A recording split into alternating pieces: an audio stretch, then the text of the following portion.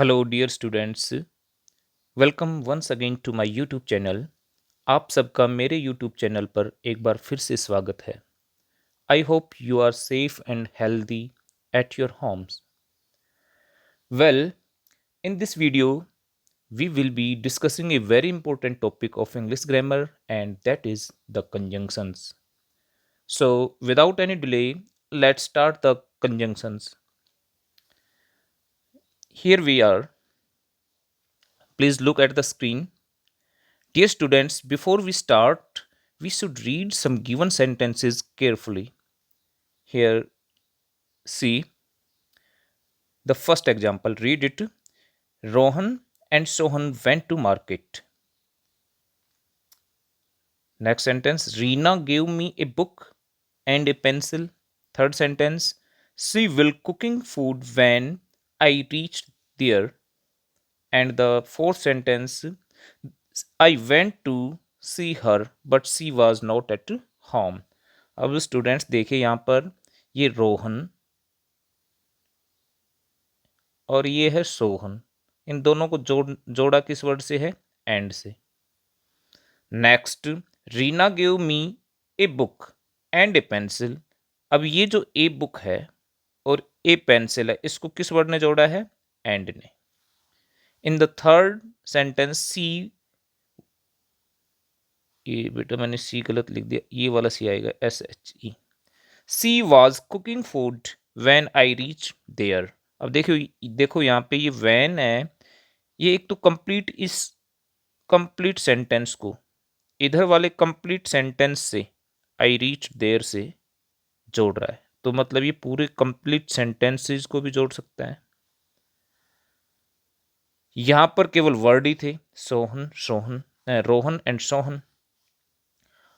आगे वाला एग्जाम्पल देखते हैं हम। I went to see her but she was not at home. मैं उसे देखने के लिए गया, उससे मिलने के लिए गया, पर वो तो घर पे नहीं थी। ये देखो, ये एक सेंटेंस हुआ, सेकंड सेंटेंस ये वाला हो गया, सी वॉज नॉट एट होम, और इसको हमने किससे जोड़ दिया? बट से। तो ये बट, ये वैन, इधर एंड, और इसमें भी एंड, ये सब क्या है? कंजंक्शंस हैं।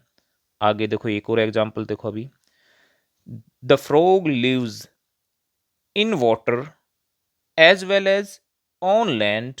अब देखो, ये इन वाटर है, ये एक वर्ड तो है नहीं ना, पूरा सेंटेंस है।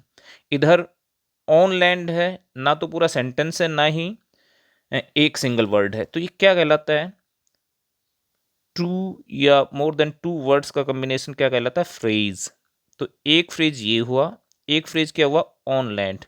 इन सबको जोड़ने वाला एज वेल एज, ये फ्रेज हुआ जोड़ने वाला, जो कि किसका काम कर रहा है? Junction, conjunction. जैसा कि नाम से ही पता चलता है, जैसा मैंने प्रीपोजिशन के केस में बताया था कि meaning of the conjunction is hidden inside it's name और इट्स वर्ड। ये जो शब्द है ना कंजंक्शन, इसी में छुपा है। जंक्शन का मतलब क्या होता है? जोड़ना, टू ज्वाइन। ठीक है, तो ये हमेशा क्या करेगा? एक सेंटेंस में या तो फ्रेजेस को जोड़ेगा आपस में, या फिर कंप्लीट सेंटेंस को, जिसे हम क्या कहेंगे? Smallest part of a sentence is called clause. तो कंप्लीट क्लॉजेज को जोड़ेगा, या फिर क्या करेगा? इसमें भी इसने वर्ड्स को जोड़ा, ए बुक और ए पेंसिल है, इसको फ्रेज कह सकते हैं हम। ये ऊपर देखो नेम है, दो नाउन को जोड़ दिया है। तो क्या करेगा कि एक कंजंक्शन किसी एक सेंटेंस में या तो दो वर्ड्स को जोड़ेगा, या फिर दो फ्रेजेस को जोड़ेगा, या फिर दो क्लॉजेज को जोड़ेगा। ठीक है ना? तो अब इससे हम इसकी डेफिनेशन, इसको डिफाइन करना इजी हो गया। अब हम इसकी डेफिनेशन लिखेंगे। देखो, इसको एक बार देख लो, सभी देखना है तो। बाकी मैं नेक्स्ट आगे चल रहा हूँ, डेफिनेशन पे आते हैं, और मैं इसको थोड़ा सा जूम कर रहा हूँ। डेफिनेशन देखो यहाँ पे। डेफिनेशन है, a conjunction is a word और ए ग्रुप ऑफ वर्ड्स। मैंने एक ग्रुप ऑफ वर्ड्स क्यों कहा? क्योंकि ये एज वेल एज ऊपर देख रहे हो ना, केवल एक वर्ड नहीं है ना, इसलिए ग्रुप ऑफ वर्ड भी हो सकता है। A conjunction is a word और a group of words which only joins, जो क्या काम करता है? ज्वाइनिंग का काम करता है। टुगेदर टू और मोर देन टू वर्ड्स, या तो वर्ड्स को जोड़ेगा, या फ्रेजेस, क्लॉजेज और सेंटेंसेस। मतलब एक कंजंक्शन वो वर्ड होता है या वर्ड्स का ग्रुप यानी कि फ्रेज भी हो सकता है जो दो या दो से अधिक वर्ड्स को या फिर फ्रेजेस को या फिर क्लोजेस को या फिर सेंटेंसेस को जोड़ेगा, उनके बीच में जंक्शन बनाएगा, जोड़ेगा। ज्वाइनिंग का काम करता है मेनली ये। जबकि हम प्रीपोजिशन की बात करें तो प्रीपोजिशन क्या करता था? क्या ज्वाइन करता था क्या? No, not at all. यहाँ पर देखिए, अब मैं यही डिफरेंस पहले बताना चाहता हूँ आपको कि आप बोलोगे कि सर फिर प्रीपोजिशन और कंजंक्शन में डिफरेंस क्या हुआ? Don't get confused between conjunction and prepositions. Prepositions की डेफिनेशन क्या होती है? प्रीपोजिशन इज ए वर्ड और a group of words used before a noun और प्रोनाउन। ये उसकी एसेंशियल कंडीशन होती थी। नाउन और प्रोनाउन से पहले यूज होगा वो to show the relation with the other words of the sentence. यानी कि जिस नाउन या प्रोनाउन से पहले प्रीपोजिशन आता है वो उस नाउन और प्रोनाउन का रिलेशन दूसरे वर्ड्स, उस सेंटेंस में जो दूसरे वर्ड्स हैं वो क्या हो सकते हैं? कोई नाउन या प्रोनाउन भी हो सकता है, कोई एडजेक्टिव भी हो सकता है और कोई वर्ब भी हो सकता है। उनके साथ, सॉरी एडजेक्टिव नहीं, एडवर्ब भी हो सकता है, वर्ब भी हो सकता है और नाउन या प्रोनाउन भी हो सकता है। उनके साथ क्या बताता है वो? रिलेशन। जो अदर वर्ड्स है ना सेंटेंस में, उनके साथ रिलेशन बताने का काम कर रहा था कौन? प्रीपोजिशन। देखो एग्जांपल से क्लियर हो जाएगा अभी। यहां पर ये एग्जांपल देखो, the book is on the table. यहां पर ऑन जो वर्ड आया है ये प्रीपोजिशन है। क्यों? द टेबल, टेबल क्या है? एक नाउन है। और द बुक क्या है? ये भी नाउन है। इस नाउन से पहले टेबल, द टेबल से पहले क्या आया? Preposition on. और ये इस टेबल और द बुक को जोड़ नहीं रहा है। आपको देख रहा है कि ये जोड़ रहा है, कनेक्ट कर रहा है। अगर जोड़ता तो साथ जोड़ता तो एंड आता, the book and the table ऐसे होता। मगर ये क्या बता रहा है कि टेबल और बुक का रिलेशन बता रहा है कि रिलेशन ऑफ लोकेशन देयर, मतलब उनकी लोकेशन कहाँ है, उनका प्लेस कहाँ है, वो कहाँ पर रखी हैं, दूर हैं, पास हैं, कहाँ पर है, वो रिलेशन ये बता रहा है। प्रीपोजिशन क्या बता रहा है कि बुक कहाँ पर रखी है? टेबल के ऊपर। यह नाउन इस नाउन से कैसे कनेक्ट है, कैसे रिलेट है, कैसे रिलेट है, ये काम किसका था?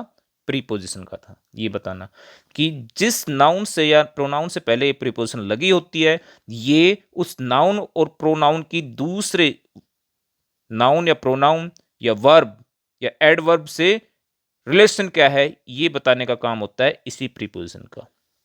ठीक है, डिफरेंस समझ में आया? अगर मैं यहाँ पे लिखता the book and the table तो वो होता कंजंक्शन, बट यहाँ पर ऑन क्या है? प्रीपोजिशन है। नेक्स्ट एक और एग्जांपल देखिए, सी लिव्स एट जयपुर। अब देखो she lives at Jaipur, Jaipur एक क्या है? प्लेस का नाम भी तो नाउन होता है, ये नाउन है। ये एट बता रहा है कि ये सी कहाँ पर है।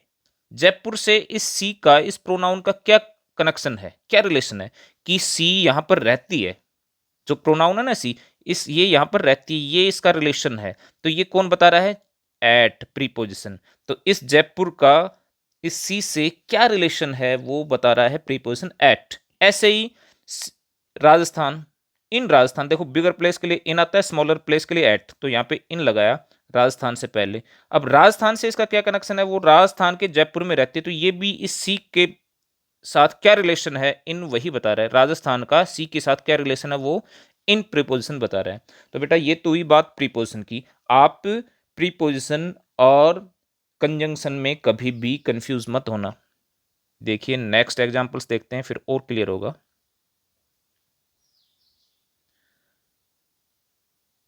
सी now see here the given examples, read them. Wait here until, या फिर टिल भी आ सकता है, until और टिल आई रिटर्न।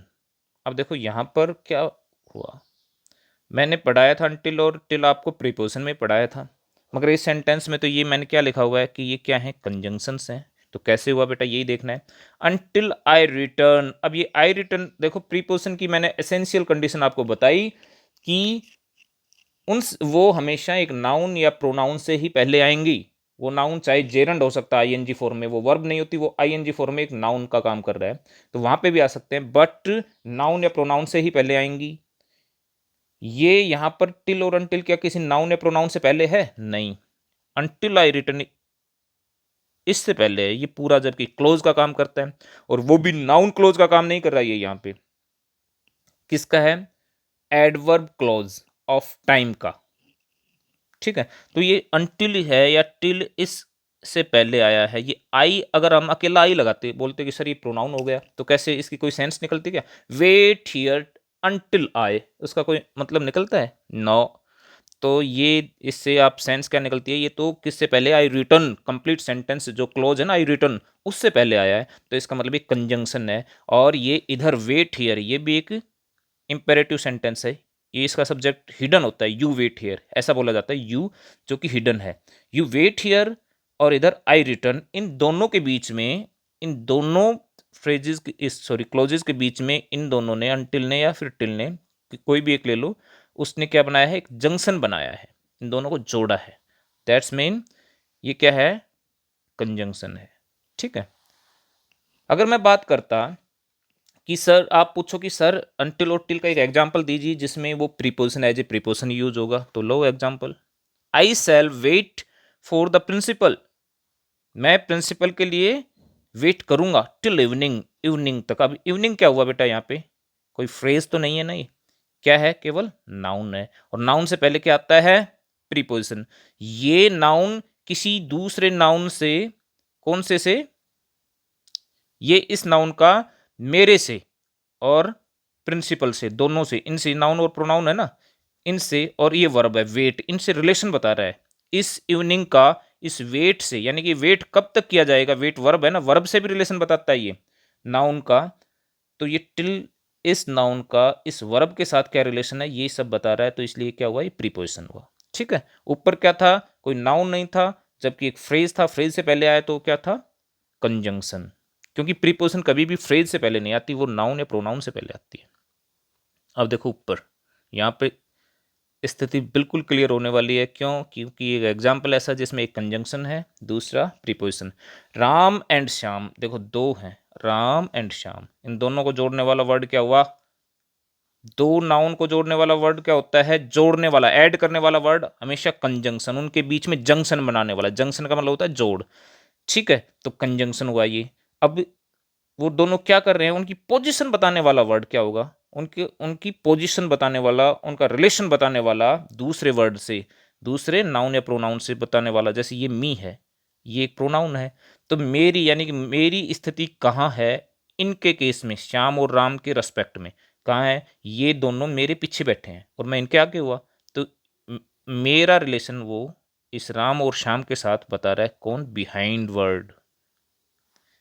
ये प्रोनाउन है, प्रोनाउन से पहले आता है प्रीपोजिशन, और वो प्रीपोजिशन पहले आकर क्या करता है? इस नाउन या प्रोनाउन की, इस नाउन या प्रोनाउन की रिलेशन बताता है इससे पहले वाले, इस सेंटेंस में दूसरे नाउन या प्रोनाउन के साथ, या फिर वर्ब के साथ भी बता सकता है। तो ये क्या हुआ? प्रीपोजिशन। ठीक है, ना कि कंजंक्शन। डिफरेंस मेरे ख्याल में तो अच्छे से आपको ये स्पष्ट हो गया होगा। बाकी अभी भी डाउट रहता है तो लास्ट तक वीडियो जरूर देखिए, और सब कुछ क्लियर हो जाएगा। आपको दोबारा जिंदगी में कभी कंजंक्शन पढ़ने की जरूरत नहीं पड़ेगी। मैन इज टॉलर देन सोन। अब ये बेटा यहाँ पर देखो, मैं मोहन, सॉरी मैन नहीं, मोहन एक नाउन ये है, एक नाउन है सोहन। आप बोलोगे सर ये कंजंक्शन कैसे लिख दिया आपने? आप बोलोगे मोहन और सोहन के बीच में जंक्शन बना रहे, तो मोहन इज टॉलर देन, ये कंपैरिजन कर रहा है किसके बीच में? सोहन। सोहन जितना बड़ा, सोहन इज, ये इज लिखा नहीं जाता, हिडन होता है, बल्कि सेंस क्या देता है? Mohan is taller than Sohan is, जितना सोहन लंबा है उससे ज्यादा लंबा कौन है? मोहन। तो ये कंप्लीट सेंस यहां से यहां तक दे रहा है, ना कि ये केवल एक नाउन है। ये यहां से यहां तक पूरा एक क्या है? फ्रेज, सॉरी क्लोज है। और इधर मोहन इज टॉलर, ये इधर दूसरा क्लोज ये है। इन दोनों के बीच में जो कंपैरिजन कर रहा है या जंक्शन बना रहा है, इन दोनों के बीच में जो कंपैरिजन कर रहा है या जो जंक्शन बना रहा है, वो वर्ड है देन, और दैट इज कंजंक्शन। ठीक है, ये सोहन का इस मोहन से रिलेशन नहीं बता रहा, रिलेशन बता रहा होता तो ये प्रीपोजिशन होता, बट ये इन दोनों का कंपैरिजन कर रहा है, इन दोनों के बीच में जंक्शन कर रहा है, दोनों दो फ्रेजेस के बीच, सॉरी दो क्लोजेज के बीच में जंक्शन बना रहा है ये। आगे देखो, it takes less than an hour. अब देखो एन आवर क्या होता है? नाउन है।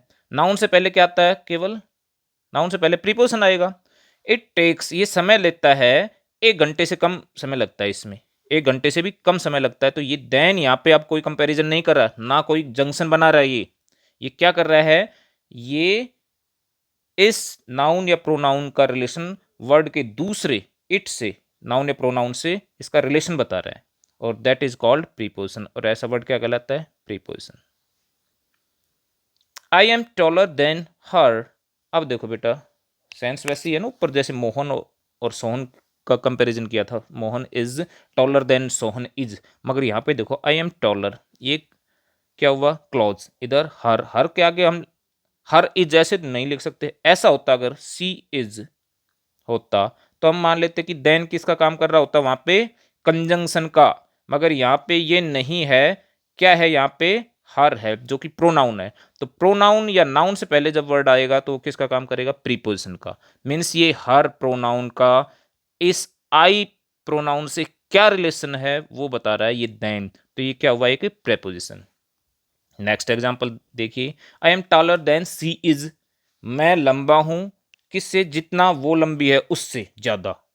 आई am taller than she is, वो जितनी लंबी है उससे ज्यादा। ये यानी कि ये क्लोज हो गया ना, सी इज, ना कि नाउन है ना प्रोनाउन है, बल्कि एक पूरा क्लोज है, जो भी कि एक एडवर्ब क्लोज ऑफ कंपैरिजन है। तो ये क्लोज हुआ तो क्लोज से पहले क्या आएगा? कंजंक्शन। तो एक देन यहाँ पे कंजंक्शन है, जबकि ऊपर वाले में क्या था? ये प्रीपोजिशन। नेक्स्ट देखिए, he hits me for I don't ओबे हिम। वह मुझे मारता है क्योंकि मैं उसकी आज्ञा का पालन नहीं करता। बेटा ये आई डोंट ओबे हिम, ये पूरा क्लोज है, और इस क्लोज से पहले क्या आया है? फॉर। तो ये क्या होगा? कंजंक्शन।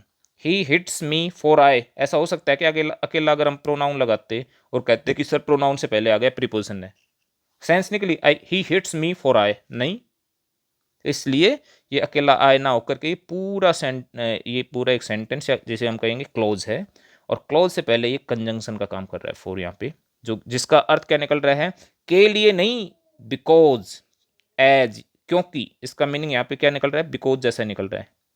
यहाँ पे हम बिकॉज भी लगा सकते थे, एज भी सही होता बिल्कुल। I am waiting for him. अब देखो यहाँ पे यही फॉर है, मगर ये अब की बार किसका काम कर रहा है? हिम, यानी कि प्रोनाउन से पहले आया है। यहाँ पे कोई क्लोज नहीं है, ये इस प्रोनाउन से पहले आकर ये क्या कर रहा है? आई एम वेटिंग, मैं वेट कर रहा हूँ। इधर है ये क्लोज, इधर क्लोज नहीं है, तो इससे पहले आया है। और इस हिम प्रोनाउन का रिश्ता किससे बता रहा है? रिलेशन आई प्रोनाउन से। तो ये फॉर क्या हुआ यहाँ पे? प्रेपोजिशन। आई थिंक अब प्रेपोजिशन और कंजंक्शन में आपको डिफरेंस एकदम क्लियर हो गया होगा। अब शायद आप जिंदगी में कभी फिर से कंफ्यूज नहीं होने वाले। इसके बाद देखो, मैं इसकी डेफिनेशन में ये भी बताया, कंजंक्शन जरूर वर्ड्स को भी जोड़ता है। ऐसा नहीं कि कंजंक्शन वर्ड को नहीं जोड़ता, वर्ड्स को, फ्रेजेस को ही जोड़ता है, ऐसा नहीं है। फ्रेजेस को तो जोड़ता ही है, क्लोजेस को तो जोड़ता ही है, बट सम टाइम, कभी कभार ये वर्ड्स को भी जोड़ देता है। अब मान लो एंड है, एंड को एज ए प्रीपोजिशन तो यूज कर नहीं सकते हम। एग्जाम्पल मैं यहीं पे लिख देता हूँ, स्क्रीन छोटी करके थोड़ा सा, उसको ध्यान से आप देख लीजिएगा। अगर कहीं आपको मिले two and two make four. अब बेटा यहाँ पे देखो, ये एंड है, एक टू नाउन हुआ, एक टू, इन दोनों को जोड़ने वाला क्या हुआ? एंड वर्ड है। मीन्स केवल वर्ड है ना टू, और ये टू, ये दूसरा भी वर्ड है, इनको जोड़ने वाला ये वर्ड क्या काम करेगा? कंजंक्शन हुआ। तो इसका मतलब ऐसा है कि सिंगल वर्ड्स को भी जोड़ता है conjunction, phrase group of words को भी जोड़ता है, और क्लोज को भी जोड़ता है। ठीक है, और आप इससे दो वर्ड्स नहीं, दो सेंटेंस बना भी नहीं सकते कभी भी इस सेंटेंस से। हाँ, जैसे पहले वाला मैंने एग्जाम्पल दिया था कि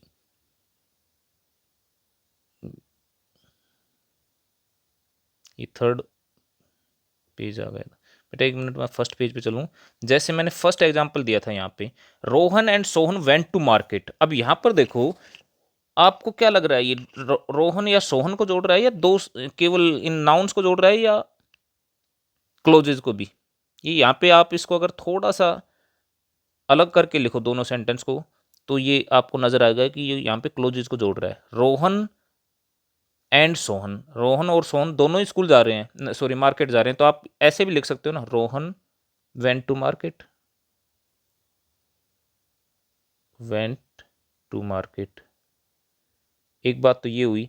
दूसरा आप ये भी लिख सकते हो यहाँ पे कि दूसरा वर्ड, ये सोहन भी मार्केट जा रहा है, यानी कि सोहन वेंट टू मार्केट, ये भी मार्केट जा रहा है। तो एक सेंटेंस तो ये हो गया कि सोहन वेंट टू मार्केट, और दूसरा सेंटेंस यानी कि क्लोज क्या हो गया कि रोहन वेंट टू मार्केट। अब इन दोनों को जोड़ा किसने, एंड, यानी कि रोहन वेंट टू मार्केट और सोहन वेंट टू मार्केट को जब जोड़ देंगे तो वो क्या बनेगा sentence, Rohan and Sohan went to market. ठीक है बेटा, तो ये आपको ध्यान रखना है कि ये क्लोजेज को जोड़ता है मैक्सिमम टाइम कंजंक्शन या फिर फ्रेजेज को, बट कभी कभार ये सिंगल वर्ड्स को भी जोड़ता है।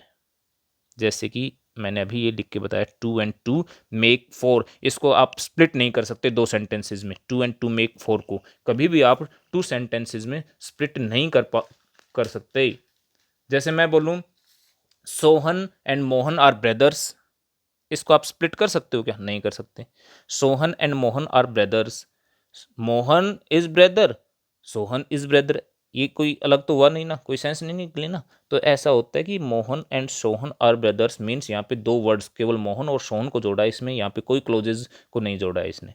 तो इस चीज़ को एकदम क्लियर समझते हुए चलो नेक्स्ट उस पर चलते हैं, पेज पे।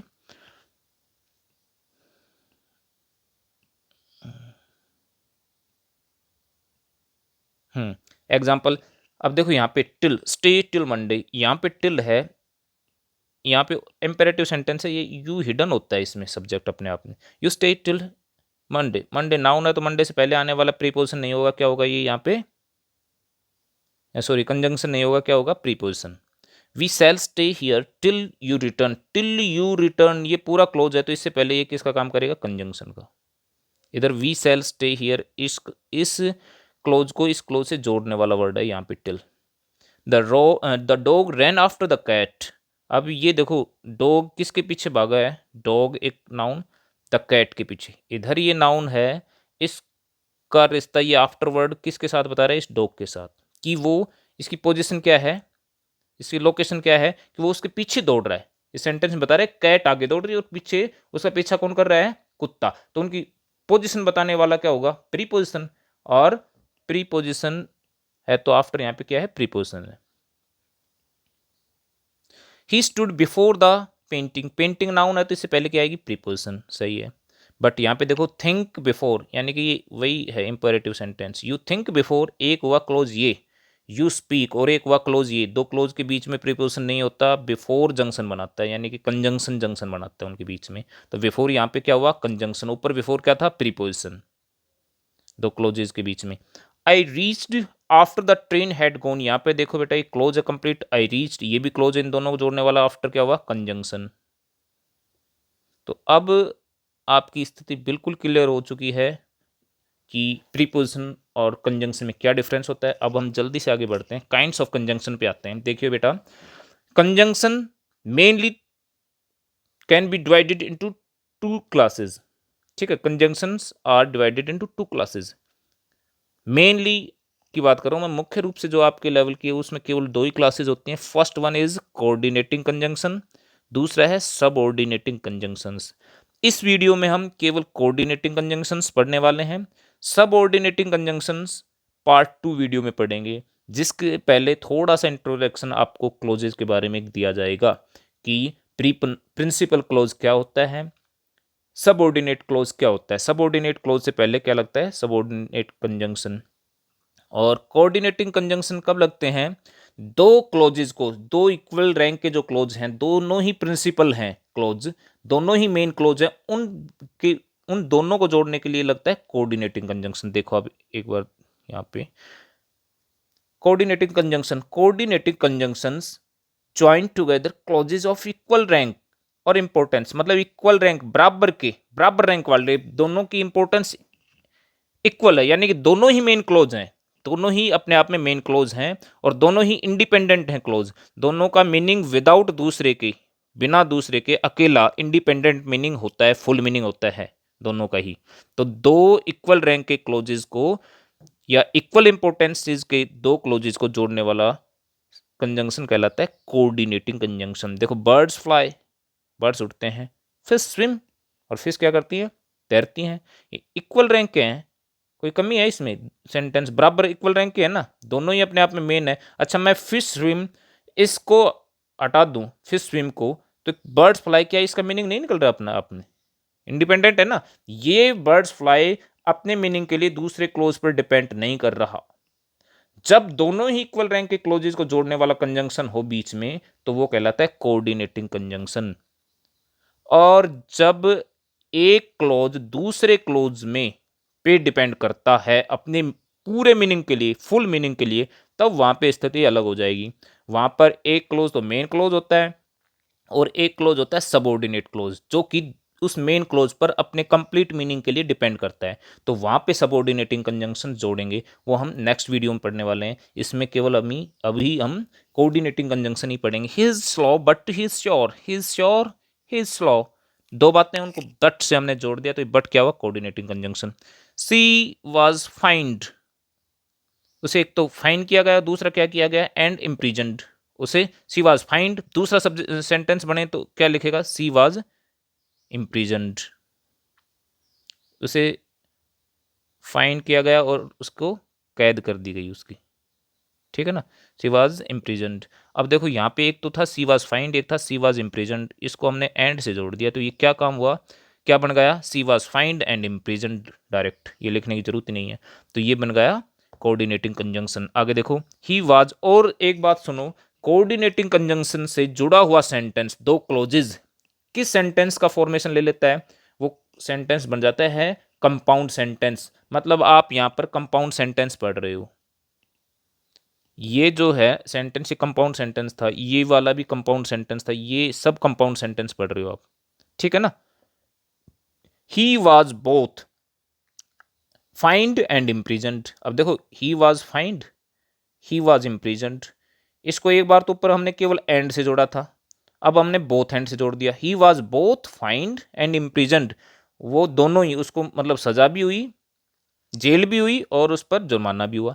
तो दोनों ही इक्वल रैंक के मेन क्लोज थे, उनको हमने जोड़ दिया बोथ एंड से, जो कि कोऑर्डिनेटिंग कंजंक्शन कहलाते हैं। आगे चलो, Ram and Shyam came there, Ram और श्याम वहां पे आए, मतलब राम केम देयर और श्याम केम देयर, दोनों ही आए वहां पर। तो इसका मतलब दो सेंटेंस थे, राम केम देयर और दूसरा था श्याम केम देयर, दोनों को हमने किससे जोड़ दिया, एंड से, कोऑर्डिनेट कर दिया। तो ये कंपाउंड सेंटेंस बन गया। अब कोऑर्डिनेटिंग कंजंक्शन यही होता है बेटा। आगे देखो, अब देखो इसकी डेफिनेशन देखेंगे, types of coordinating conjunction, definition पढ़ चुके, टाइप्स पढ़ेंगे इसकी।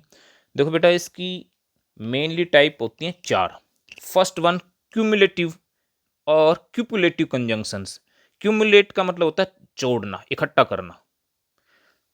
तो क्या काम करते हैं, they only add two statements. Cumulative conjunctions का काम केवल इतना ही है कि वो दो स्टेटमेंट्स को जोड़ेंगे, सिर्फ एंड से जोड़ेंगे, बोथ एंड से, एज वेल एज से, नो लेस देन से, नॉट ओनली बट ऑल्सो। ये जोड़े में यूज होता है, बोथ एंड ये भी एक ही साथ जोड़े में यूज होता है एक ही सेंटेंस में। एंड सबसे इंपॉर्टेंट है एंड इसमें। जैसे he was not only Foley but also obstinate, यानी कि he was Foley, he was obstinate, दो सेंटेंस थे, दोनों को हमने इससे जोड़ दिया, क्यूमुलेट कर दिया। He was not only Foley, वो केवल फॉलिस ही नहीं, मूर्ख ही नहीं, बट ऑल्सो ऑब्स्टिनेट, यानी कि जिद्दी भी है। ऑब्स्टिनेट मतलब होता है जिद्दी। We carved not a line, we raise not a stone, हमने ना तो कोई लाइन खींची, ना ही हमने कोई पत्थर उठाया, स्टेन, यानी कुछ भी काम ही नहीं किया, हमने ठल्ले थे। और एंड से जोड़ दिया हमने इनको। गॉड मेड द कंट्री, भगवान ने देश बनाया। मैन मेड द टाउन, और इंसान ने क्या बना दिया, कस्बा, टाउन, और इसको हमने एंड से जोड़ दिया। तो ये कोऑर्डिनेटिंग कंजंक्शन हुआ। कौन सा टाइप, क्यूमुलेटिव, जोड़ने वाला। अब नेक्स्ट है बेटा, ये यहाँ पे कट पिट हो रहा है, थोड़ा सा ध्यान से देखो, adversative conjunction, adversative conjunction, adversative conjunction. Adversative conjunction का काम क्या है, the conjunctions express opposition contrast between two statements. जब दो कंट्रास्ट वाली स्टेटमेंट्स हैं, उनके बीच में कंट्रास्ट बताते हुए जोड़ दिया जाए, तो वो कंजंक्शन क्या कहलाएगा, वो कंजंक्शन कहलाएगा एडवर्सेटिव कंजंक्शन। ये कौन कौन से होते हैं, बट, यट, नेवरदलेस, हाउएवर, हालांकि उसमें रखा जाता है सबऑर्डिनेटिंग कंजंक्शंस में, बट कभी कभार हम इसका यहाँ पे भी यूज कर सकते हैं, moreover, furthermore, whereas, while, only, ये है mainly. He is slow but he is not lazy, कह रहा है कि वो स्लो है, धीरे धीमे काम करता है, पर वो लेजी नहीं है। यानी कि देख, स्लो व्यक्ति होगा वो अक्सर लेजी होता है, पर यहाँ पे तो कंट्रास्ट है, विरोध आ रहा है ना, ऑपोजिशन, परंतु से जुड़ गया बट, तो ये क्या हुआ, adversative conjunction. He was annoyed, still I kept quite, I was annoyed, मैं परेशान था, अनॉयड का मतलब होता है किसी से चिड़ा हुआ होना, परेशान होना, दुखी होना। आई केप्ट क्वाइट, फिर भी मैं शांत हूँ, आई केप्ट क्वाइट, मैं शांत था, मैं दुखी अनॉयड था पर मैं शांत था, फिर भी मैं शांत था, तब भी मैं शांत था। तो अपोजिशन वाले, कॉन्ट्रास्ट वाले वर्ड्स को जोड़ा है इसने, सेंटेंसेस को जोड़ा है, sorry. She is beautiful while, जबकि, यहाँ पे इसका मतलब निकल रहा है वेयर एज या फिर वाइल, दोनों का मतलब क्या निकल रहा है, जबकि। क्या कह रहा है, she is beautiful whereas her brother is ugly, ugly मतलब होता है भद्दा, कह रहा है कि वो तो ब्यूटीफुल है जबकि उसका भाई कैसा है, अगली है, भद्दा है। तो इसका मतलब कंट्रास्ट बताया गया है बहन भाइयों के बीच में, तो ये कहलाएगा एडवर्सेटिव कंजंक्शन। नेक्स्ट पे चलते हैं पेज पर। She was very tired nevertheless, जिसका मतलब होता है फिर भी। She was very tired nevertheless she kept on working, कह रहा है कि वह बहुत थकी थी, थकी हुई थी, फिर भी सी केप्ट ऑन वर्किंग, फिर भी वो काम करती रही। यानी कि थका हुआ व्यक्ति आराम करेगा, अक्सर काम थोड़ी करेगा, पर यहाँ पे कॉन्ट्रास्ट है, उसके बावजूद भी वो लगी रही, तो इसका मतलब nevertheless, adversative conjunction.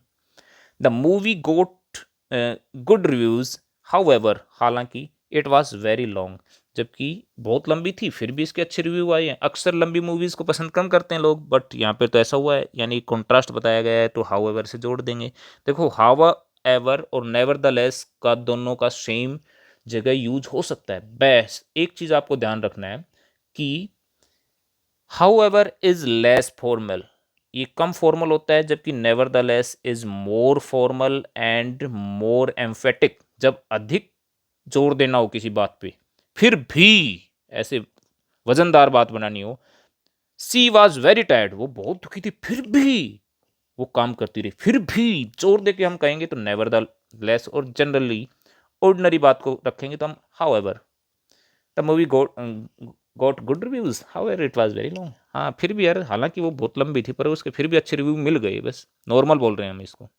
तो ये मोर एम्फेटिक, जब ज़्यादा जोर देना हो किसी बात पे, और ये नॉर्मल जो बात है उसके लिए। अल्टरनेटिव और डिसजंक्टिव कंजंक्शन नेक्स्ट आ रहे हैं, जो क्या करेंगे, चॉइस को, टू अल्टरनेटिव चॉइस वाले स्टेटमेंट हैं उनके बीच में कंजंक्शन बताएंगे, कि आपको जब दो चीज़ों के बीच से चूज करना होगा, जैसे बोलेगा आइदर सी और मी, नहीं बोलते हैं सी मस्ट वीप और सी विल डाई, कह रहा है वो रोएगी वरना तो मर जाएगी, या तो वो मर जाएगी, रोएगी नहीं ना तो मर जाएगी। तो ये दो चॉइस हैं, या तो उसे क्या है, रोना है, या दूसरा रोना है, या फिर उसे मर जाना है। तो इन चॉइस के बीच में बताने वाला, जंक्शन बनाने वाला कंजंक्शन कहलाएगा कंजंक्टिव, सॉरी, अल्ट वो क्या बोलते हैं इसको, अल्टरनेटिव या डिसजंक्टिव। इधर ही इज मैड, या तो वो पागल है, और ही फेंट्स मैडनेस, या फिर वो पागलपन का ढोंग करती है। तो इन दोनों में से एक बात है, मतलब दो में से एक चॉइस वाला कौन सा होता है, डिसजंक्टिव। नेदर ही नॉर सी, वर्क हार्ड एल्स या अदरवाइज, दोनों का सेम मीनिंग होता है, वरना तो, जिसका मतलब वरना। यू विल नॉट पास, कह रहा है कठिन परिश्रम करो वरना तुम पास नहीं होगे। Walk quickly otherwise you will miss the train, जल्दी से चलो वरना तुम ट्रेन को मिस कर दोगे।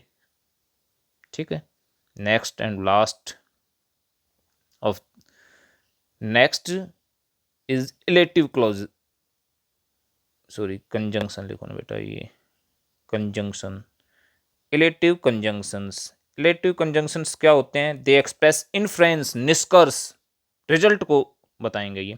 For, therefore, so, consequently, so का बहुत कम यूज होता है, फॉर, देयर फॉर या फिर कंसिक्वेंटली। जैसे she will pass for she works hard, और यहाँ पे जब फॉर का यूज होगा ना, के लिए निकलेगा, ना कि क्योंकि, इसका मीनिंग सी विल पास, वो पास हो जाएगी क्योंकि वो कठिन परिश्रम करती है, क्यों कि नहीं, सी वर्क्स हार्ड, इसके लिए वो पास हो जाएगी, किस लिए, क्योंकि वो कठिन क्योंकि सी वर्क्स हार्ड वो कठिन परिश्रम करती है इसलिए वो पास हो जाएगी। यहाँ पे के लिए मीनिंग निकलेगा फोर का। She stole jewellery and therefore she was arrested. She stole jewellery and therefore, अब ये देयर फोर क्या बता रहा है, इसका रिजल्ट क्या बता रहा है कि ज्वेलरी उसने चुराई इसलिए वो अरेस्ट की गई। तो इन दोनों के बीच में जंक्शन बता रहा है ना, रिजल्ट बता रहा है ये देयर फोर, इसलिए मतलब यहाँ पे फोर का के लिए मतलब रिजल्ट बताएंगे ये।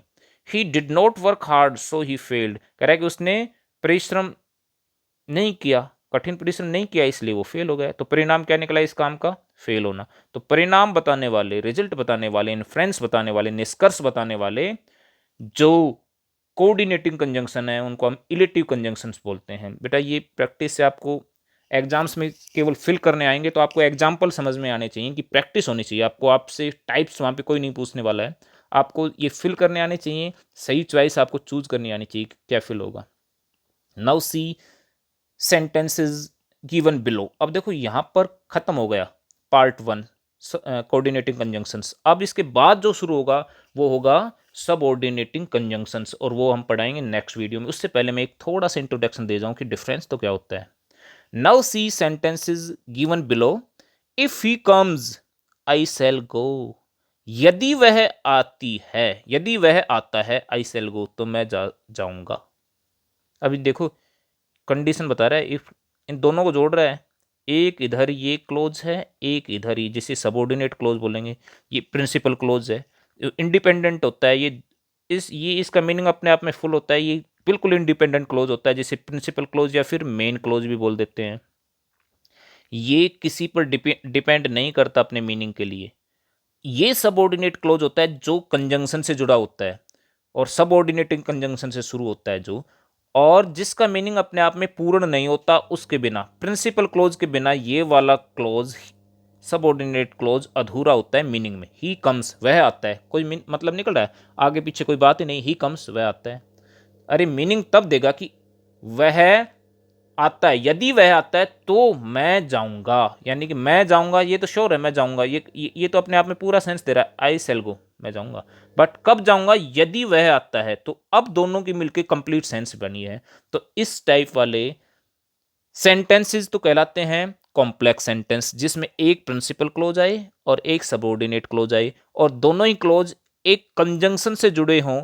तो इस टाइप वाला कंजंक्शन कौन सा होगा, वो कंजंक्शन सबऑर्डिनेट कंजंक्शन होगा। ठीक है, इसमें कॉम्प्लेक्स सेंटेंस होते हैं ये। नेक्स्ट, आई डोंट नो, मैं नहीं जानता। ठीक है, मैं नहीं जानता, सिंपल है, ये प्रिंसिपल क्लोज हुआ जो कि अपने मीनिंग के लिए किसी पे डिपेंड नहीं कर रहा, इसका अपने आप में पूरा मीनिंग है मैं नहीं जानता भाई। ही लिव्स वह रहता है, वेयर ही लिव्स, अगर हम एक अकेला इसको बोल दें वेयर ही लिव्स, वह रहता कहाँ, ही लिव्स कहाँ वह रहता है, इसका मतलब कोई निकला नहीं। ये जब इसके साथ जुड़ेगा तब मीनिंग देगा कंप्लीट। क्या देगा, I don't know where he lives, मैं यह नहीं जानता कि वह कहाँ रहता है। अब कंप्लीट सेंस हुआ है इसका, ही लिव्स का पहले अपने आप में कंप्लीट सेंस नहीं था, तो ये कहलाता है सबऑर्डिनेट क्लॉज। ये वाला पार्ट कहलाता है सबऑर्डिनेट क्लॉज, और ये सबऑर्डिनेट क्लॉज जुड़ा होता है सबऑर्डिनेटिंग कंजंक्शन से। तो यहाँ पे वेयर क्या हुआ, एक सबऑर्डिनेटिंग कंजंक्शन हुआ। बेटा इससे आगे चलो एक दो और है देख लेते हैं, बाकी नेक्स्ट वीडियो में पढ़ने थे हमें। वैसे तो ये नीलू इज ऑनेस्ट, नीलू ऑनेस्ट है, दो सी इज पुअर, यद्यपि वह गरीब है। ऐसा अक्सर होता नहीं है, जब ऑनेस्ट है, ऑनेस्ट देखो जो गरीब व्यक्ति है वो ऑनेस्ट मिले ऐसा लगता तो नहीं, क्योंकि कोई बड़ी बात तो नहीं है, बट अक्सर जो गरीब है वो बेचारा पैसा कहीं ना कहीं, पैसा चोरी करने को, चोर बनने का हो सकता है उस पर फोर्स बन जाए, वो किसी तरह चोरी करने लगे अपनी पैसे की कमी की वजह से। बट यहाँ पर तो ऐसा है कि वो गरीब होते हुए भी ऑनेस्ट है, बहुत अच्छी बात है ना ये। तो यद्यपि वह गरीब है, तो ये दो जो कंजंक्शन है ये कहलाएगा सबऑर्डिनेट कंजंक्शन। ये प्रिंसिपल क्लोज है इधर, ये सबऑर्डिनेट क्लोज है। She was fired from the job, कह रहा है कि उसे, she was fired from the job because she was fired, fired का मतलब ऐसा नहीं है बेटा जला दिया गया, फायर फ्रॉम द जॉब का मतलब होता है जॉब से निकाल देना। She was fired from the job, उसे जॉब से निकाल दिया गया बिकॉज, क्योंकि, रीजन क्या था, सी वाज नॉट पंक्चुअल, क्योंकि वो पंक्चुअल नहीं थी। तो ये adverb clause, clause of reason बोलते हैं इसको, और ये सबऑर्डिनेट क्लोज है, ये वाला पार्ट जिसे बोलेंगे एडवर्ब क्लोज ऑफ रीजन, और ये सबऑर्डिनेटिंग कंजंक्शन है रीजन वाला, जिसे सबऑर्डिनेटिंग कंजंक्शन बोलते हैं। तो बेटा ये टाइप होगा जो हम सबऑर्डिनेटिंग कंजंक्शन में पढ़ेंगे। ठीक है, दैट्स ऑल। प्लीज़ मेरा नेक्स्ट वीडियो देखना ना भूलें। जब तक पूरा वीडियो अगला नहीं देखोगे तब तक कंप्लीट कंजंक्शंस का कॉन्सेप्ट क्लियर नहीं हो पाएगा, वो बहुत इंपॉर्टेंट है। तो उसके लिए वेट करें, जल्दी वो वीडियो आ रहा है। Thank you.